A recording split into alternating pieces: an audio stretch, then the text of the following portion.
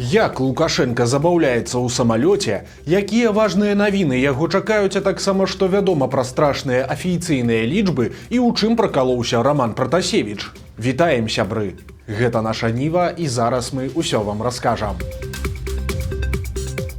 Наталля Эйсмонт пахвалілася, як забаўляюць Лукашэнку ў яго самалёце. Па яе словах, падчас вяртання з Паўночнай Карэі яе начальнік загадаў пілотам сачыць за хакейным матчам мінскага і маскоўскага «Дынама». Далей цытата. Па даручэнні першага аб усіх ключавых момантах матчу шэф-пілот дакладваў па гучнай сувязі. Адметна, што сама Эйсмонт не бачыць у сітуацыі нічога кепскага, а наадварот, для яе гэта нагода паганарыцца паводзінамі Лукашэнкі.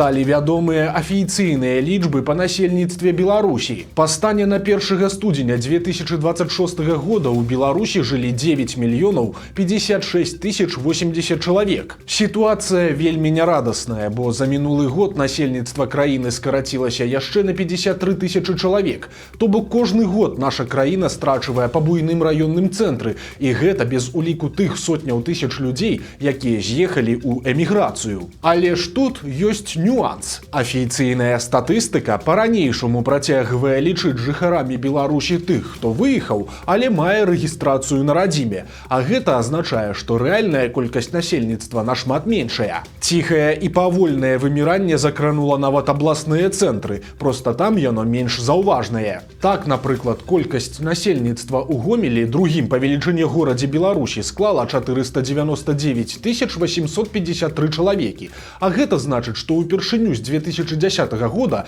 лічба апусцілася ніжэй за паўмільёна. Прычым, амаль ва ўсіх астатніх вялікіх гарадах, нават у Мінску, насельніцтва хоць трохі, але скарацілася. Трошкі прыраслі жыхарамі толькі 8 гарадоў. Пераважна гэта невялікія спадарожнікі Мінска: Смалявічы, Фаніпаль, Чэрвень і нечакана Чачэрск Гомельскай вобласці. А таксама Астравец, які пасля будаўніцтва беларускай атамнай электрастанцыі стаў прывабным у плане зарплат. З абласных цэнтраў павялічыліся толькі Брэст і Гродна, прыкладна на 1000 чалавек кожны. Ну і акрамя таго, у гэты топ-8 трапіла мястэчка Дуброўна з Віцебшчыны. Там за год насельніцтва вырасла роўна на аднаго чалавека.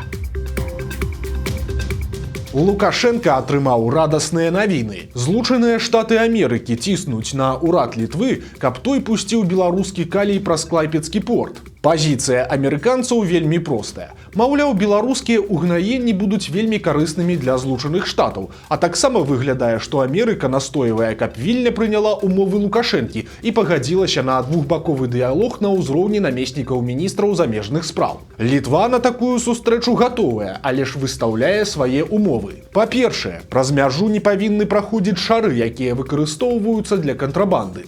Па-другое, усе грузавікі павінны быць вернутыя без якіх-небудзь дадатковых збораў ці фінансавых штрафаў.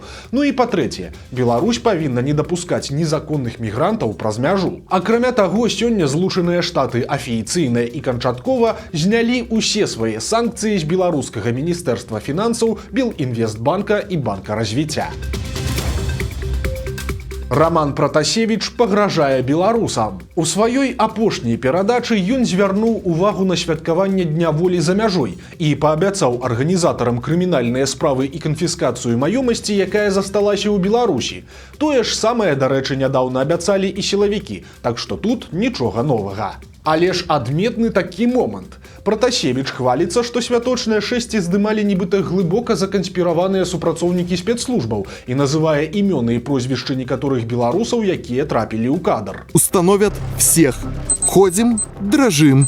Боимся. Але ж нават пра аператараў з КДБ Пратасевіч хлусіць, бо, як высветліла Радыё Свабода, гэтыя відэа з Вільні знялі украінскія студэнты, якія атрымалі замову праз ананімны акаунт у Тэлеграме.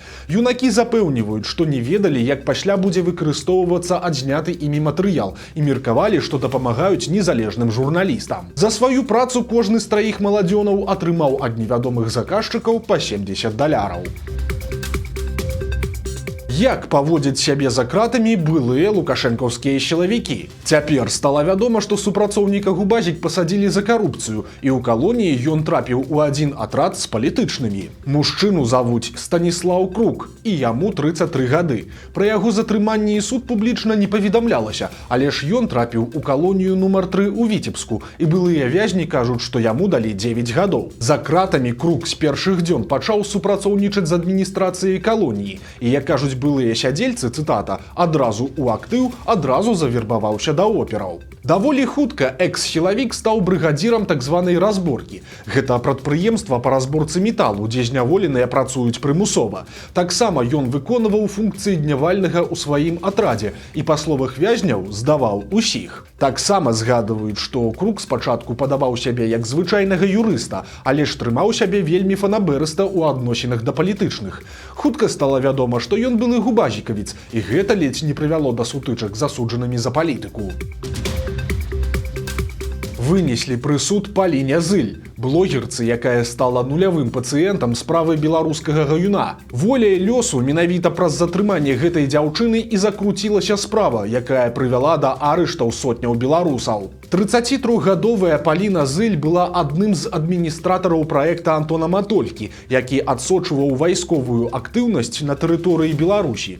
Хутчэй за ўсё, яна была адзіным адміністратарам, хто знаходзіўся ўнутры краіны, і ў выніку халатнасць прывяла да катастрофы. Фатальная тэхнічная памылка заключалася ў тым, што спасылка з правамі на ўваход у бот гаюна у прыладах Паліны была бестэрміновай. Наўрад ці пра гэта ведала сама Зыль, і наўрад ці пра гэта памятаў Матолька, але тым не менш па ёй у 2025 годзе можна было атрымаць доступ да ўсёй інфармацыі. Гэта, урэшце, і адбылося. У лютым 25-го года сілавікі затрымалі Паліну і змаглі падключыцца да бота праекта і выпампаваць адтуль усю інфармацыю. Яны атрымалі паведамленні акаунтаў, якія пісалі ў бот, а таксама іх ID і імёны карыстальнікаў. Калі адміністратары беларускага гаюна заўважылі падазроную актыўнасць, то было ўжо позна. У сілавікоў на руках была захаваная ўся патрэбная ім інфармацыя. Прычым дакладна незразумела, чаму затрымалі Паліну. І тут ёсць некалькі версій. Напрыклад, што шукалі ў першую чаргу яе бойфрэнда Максіма Шуканова, які таксама быў блогерам. Але ж галоўнае, што па ўсіх прыкметах сілавікі не ведалі пра датычнасць Паліны да гаюна на момант яе затрымання.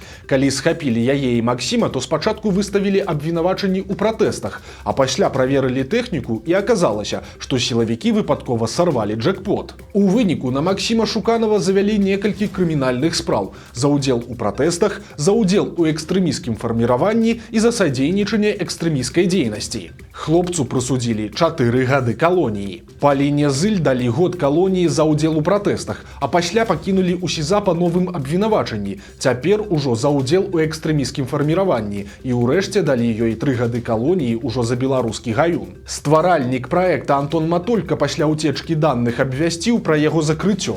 Менавіта гэтага патрабавалі ад яго каналы сілавікоў і прапагандыстаў, абяцаючы ўзамен больш лагоднае пакаранне для затрыманых інфарматараў. Акрамя таго, Антон цалкам спыніў усю публічную актыўнасць і максімальна стараўся не прыцягваць увагі да сваёй асобы. Суды па справе беларускага гаюна працягваюцца дагэтуль. Большасці з арыштантаў прысуджаюць хатнюю хімію і адпускаюць дадому, аднак як мінімум дзясяткі чалавек па-ранейшаму застаюцца за кратамі.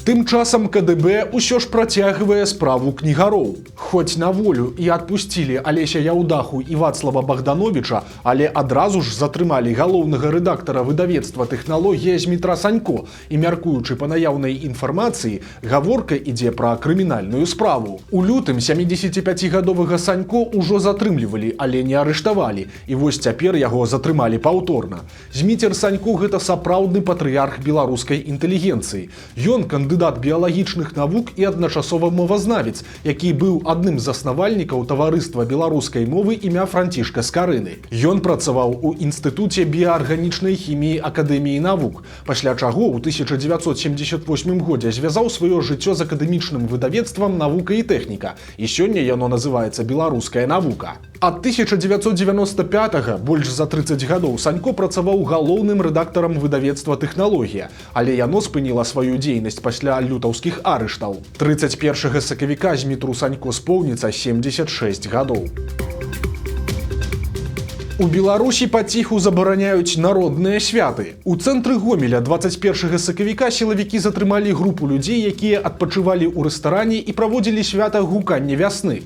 У народным абрадзе бралі ўдзел некалькі дзясяткаў чалавек, у тым ліку дзеці. Усё адбывалася ў закрытым двары рэстарану, то бок не на адкрытым участку і не на плошчы ці нават на гарадской вуліцы. Прычым у мерапрыемствах удзельнічаў нават міліцыянер, старшы участковы інспектар майор Віктор Шыпкоў, сёлета узнагароджаны прэміяй Лукашэнкі за духоўнае адраджэнне. Шыпкоў атрымаў узнагароду за значны асабісты ўнёсак у захаванне народных традыцый, этнаграфічнае даследаванне і рэканструкцыю касцюмаў Гомельскага раёна.